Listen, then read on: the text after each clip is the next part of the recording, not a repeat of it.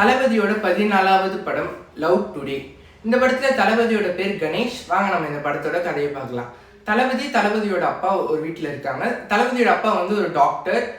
தளபதியோட அப்பாவுக்கும் நல்ல ஒரு பாண்டிங் இருக்குது. அவங்க அப்பா வந்து ரொம்ப சப்போர்ட்டிவாக இருக்காரு தளபதிக்கு. தளபதி வந்து ஒரு பொண்ணை லவ் பண்ணுறாங்க. அந்த பொண்ணோட அப்பா வந்து ஒரு ஸ்ட்ரிக்டான போலீஸ் ஆஃபீஸர்.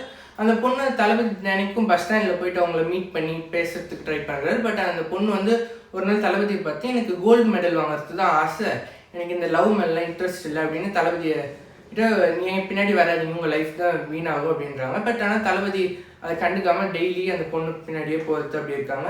அவங்க அப்பாவுக்கு வந்து அந்த பொண்ணோட அப்பாவுக்கு வந்து இது தெரிய வந்து அந்த பொண்ணு வந்து வேற ஊரில் படிக்க வச்சிடுறாரு.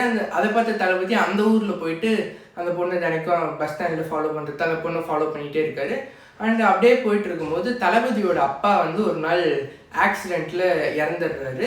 அதை பார்த்த தளபதியோட ஃப்ரெண்ட்ஸ் எல்லாரும் தளபதியை ஃபோர்ஸ் பண்ணி அந்த ஊருக்கு தளபதியோட அப்பாவோட இறுதி சடங்குக்கு வர வைக்கிறாங்க. அண்ட் தளபதி வந்து ரொம்ப ஃபீல் பண்ணுறாரு.